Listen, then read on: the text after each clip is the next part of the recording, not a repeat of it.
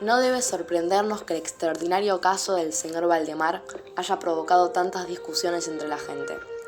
Aunque todos los participantes intentaron mantener el asunto alejado del público, no tardó en difundirse una versión sumamente exagerada que se convirtió en fuente de muchas desagradables habladurías. El momento ha llegado de que demos a conocer los hechos, en la medida en que es posible comprenderlos, tal como ocurrieron. Helos aquí sucintamente. No quiero dar mi nombre completo por obvias razones. Diré nada más que me llamo P, y que en los últimos años me he dedicado al estudio del hipnotismo. Hace unos 9 meses se me ocurrió súbitamente algo extraordinario. Nunca se había experimentado con alguien que estuviese al borde de la muerte, lo cual me pareció una opción vacante sumamente tentadora. Quería saber si, en primer lugar, un paciente en esas condiciones sería susceptible de influencia magnética. Segundo, en caso de que lo fuera, si su estado de agonía aumentaría o disminuiría su pasividad. Y tercero, hasta qué punto o por cuánto tiempo el proceso hipnótico sería capaz de detener la muerte. Entonces me acordé de mi amigo Ernest Valdemar, renombrado bibliotecario que es especialmente notable por su extraordinaria delgadez, tanto que sus extremidades inferiores se parecían a las de un esqueleto. Tenía unas blancas patillas y, sin embargo, su cabello era negro, lo cual llevaba a suponer a algunos que usaba peluca.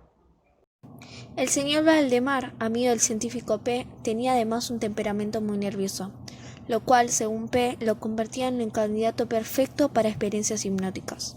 Sumado a eso, casualmente, hacía 2 meses que los médicos lo habían diagnosticado con tuberculosis. El señor Valdemar acostumbraba a referirse con toda calma a su próximo fin, como algo que no cabía ni evitar ni lamentar. El científico entonces decidió que era pertinente acudir a Valdemar para el experimento. Le escribió una carta que decía: Estimado amigo Valdemar, espero que estos meses de enfermedad lo encuentren pasándolo lo mejor posible. En todo caso, sepa que siempre hay lugar en mis plegarias para usted. Me urge contactarlo por un asunto. Sé que siempre le ha interesado hacer contribuciones a la ciencia y podría darle en este caso una gran oportunidad. Me interesaría estudiar la hipnosis en los momentos finales de un sujeto, es decir, durante la agonía previa a la muerte. Encuentre en usted el sujeto adecuado para tal experimento. Necesitaría, además de su consentimiento, que me avise en el momento justo, es decir, en el último momento, cuando sus médicos pronostiquen con certeza su final. Lo saludo afectuosamente. P. Al recibir la carta de su amigo, Valdemar sintió satisfacción. Lo entusiasmaba que su final pudiese significar algún tipo de contribución a la ciencia. Así que aceptó de inmediato. Convinieron junto con el científico en que la mandarían a llamar 24 horas antes del momento fijado por sus médicos para su fallecimiento. El científico P recibió la siguiente carta. Estimado P, ya puede usted venir. D y F coinciden en que no pasaré de mañana a medianoche, y me parece que han calculado el tiempo con mucha exactitud. 15 minutos después de leído el mensaje, llegué a la casa de Valdemar. Era un pequeño chalet en las afueras de la ciudad. La zona era tranquila y se escuchaba el canto pacífico de algunos pájaros. Toqué la puerta un poco apresurado, pues temía que se produjese un imprevisto y la muerte de Valdemar se adelantara.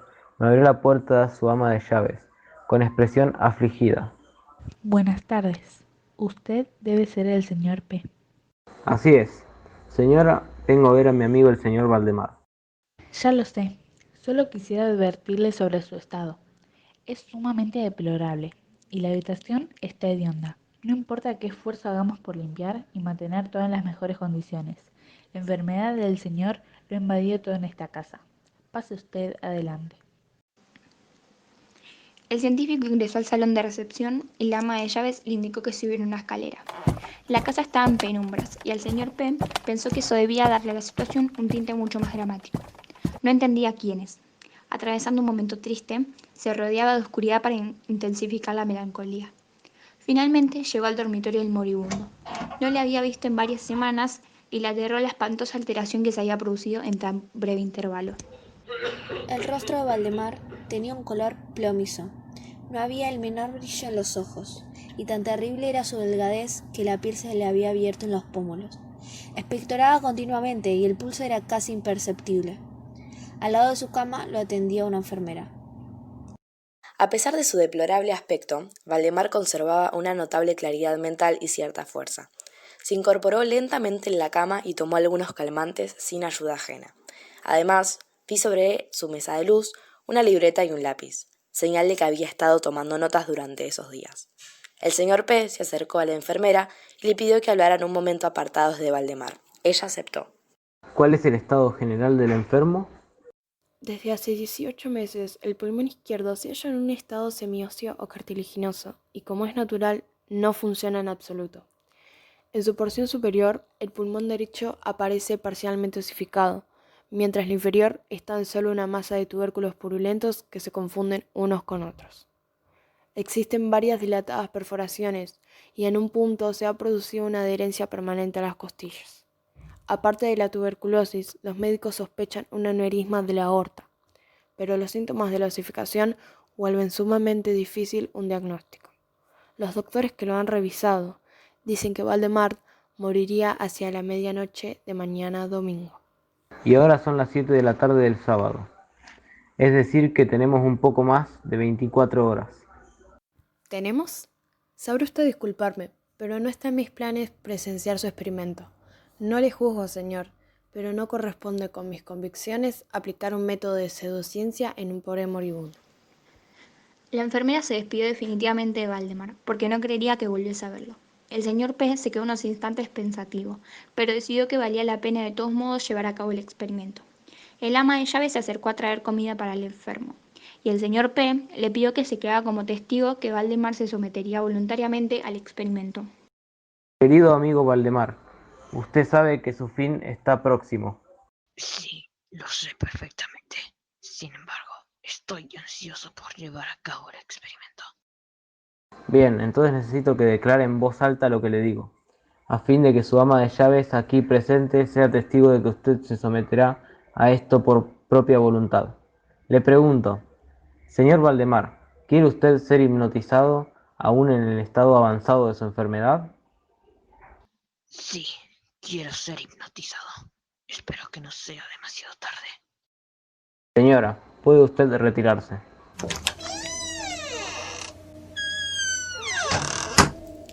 El científico P. comenzó a efectuar pases con las manos, rozando la frente del moribundo y susurrando las palabras para hipnotizar. Sentía como el cuerpo de Valdemar recibía la influencia de las energías hipnóticas, y en cierto momento el pulso del hipnotizado se fue volviendo más y más débil hasta ser imperceptible, y respiraba entre estertores a intervalos de medio minuto. De pronto, un suspiro perfectamente natural, aunque muy profundo, escapó del pecho del moribundo. Las extremidades del paciente estaban heladas, y a las 11:05 el científico supo que Valdemar estaba totalmente bajo su dominio, hipnotizado. Las piernas del paciente estaban completamente estiradas. Los brazos reposaban en el lecho a corta distancia de los flancos. La cabeza había sido ligeramente levantada. El científico P. decidió examinar el estado de Valdemar. Luego de unas pocas verificaciones, admitió que se encontraba en un estado insólitamente perfecto de trance hipnótico. El científico decidió dejar a Valdemar en ese estado y regresar a observarlo a eso de las 3 de la madrugada. Cumplido aquel horario, P. se acercó y vio que Valdemar seguía en el mismo estado que al marcharse, en la misma posición y con pulso imperceptible. Respiraba sin esfuerzo, aunque casi no se advertía su aliento, salvo que se aplicara un espejo a los labios. Los ojos estaban cerrados con naturalidad y las piernas tan rígidas y frías como si fueran de mármol. No obstante ello, la apariencia general distaba mucho a la de la muerte. Al alcanzarse, P. intentó un ligero esfuerzo para influir sobre su brazo derecho, a fin de que siguiera los movimientos del mío, que movía suavemente sobre su cuerpo. Para su sorpresa, el brazo débil de Valdemar respondió a las indicaciones del hipnotizador. Entonces, el señor P. decidió hablarle. Valdemar, ¿duerme usted? Valdemar, sus labios se mueven. ¿Quiere usted hablarme? Sí, ahora duermo. No me despierte. Déjeme morir así. ¿Sigue sintiendo dolor en el pecho, Valdemar? No sufro. Me estoy muriendo. El hipnotizador se sintió satisfecho con su experimento, pero le inquietaba bastante que Valdemar pudiese hablarle, con una voz de ultratumba y sin mover casi los labios, como si estuviese dentro de sí mismo. Dejó pasar una hora más y sin querer se quedó adormecido en un sillón a los pies de la cama del moribundo. Lo despertó la llegada de la enfermera, estupefacta al encontrar que el paciente se hallaba todavía vivo. Discutió con el señor P. y salió del cuarto horrorizada. P. decidió hablar otra vez con su amigo. Valdemar, ¿sigue usted durmiendo? Sí, dormido, muriéndome.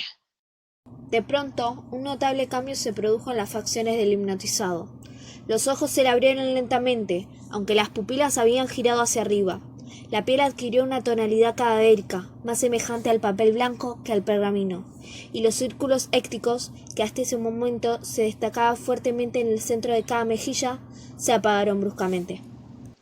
El labio superior se replegó, dejando al descubierto los dientes que antes cubría completamente, mientras la mandíbula inferior caía con sacudimiento que se escuchó y estremeció al científico.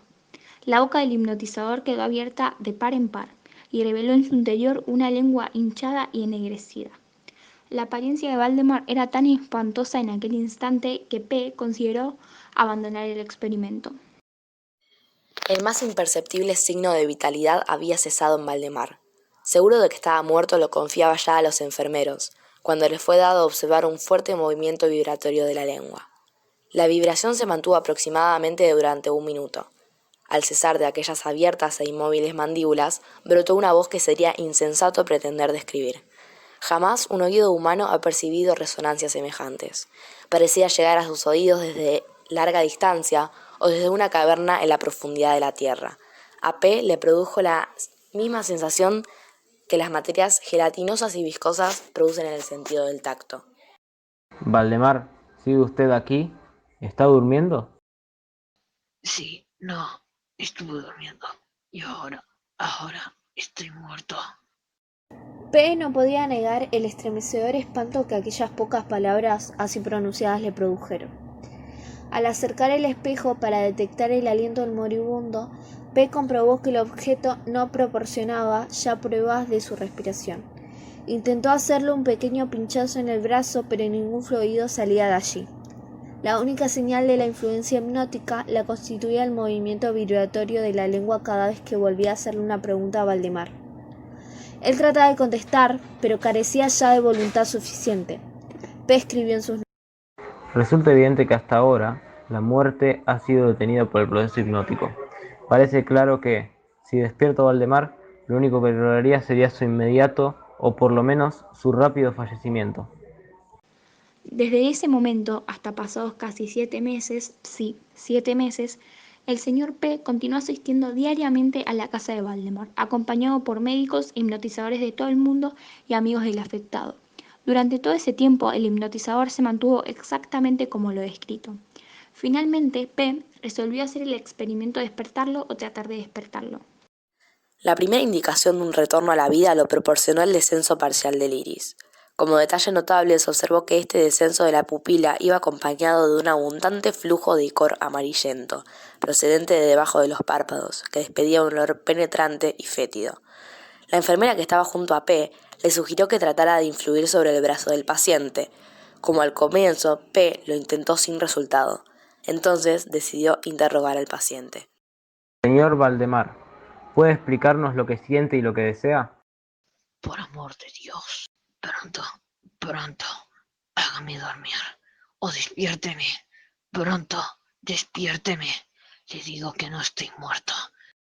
El científico perdió de pronto la serenidad, y durante un momento se quedó sin saber qué hacer. Por fin intentó calmar otra vez al paciente, y luchó con todas sus fuerzas para despertarlo. Pronto se dio cuenta de que lo lograría, o por lo menos así lo imaginó. Pero lo que realmente ocurrió fue algo para lo cual ningún ser humano podía estar preparado.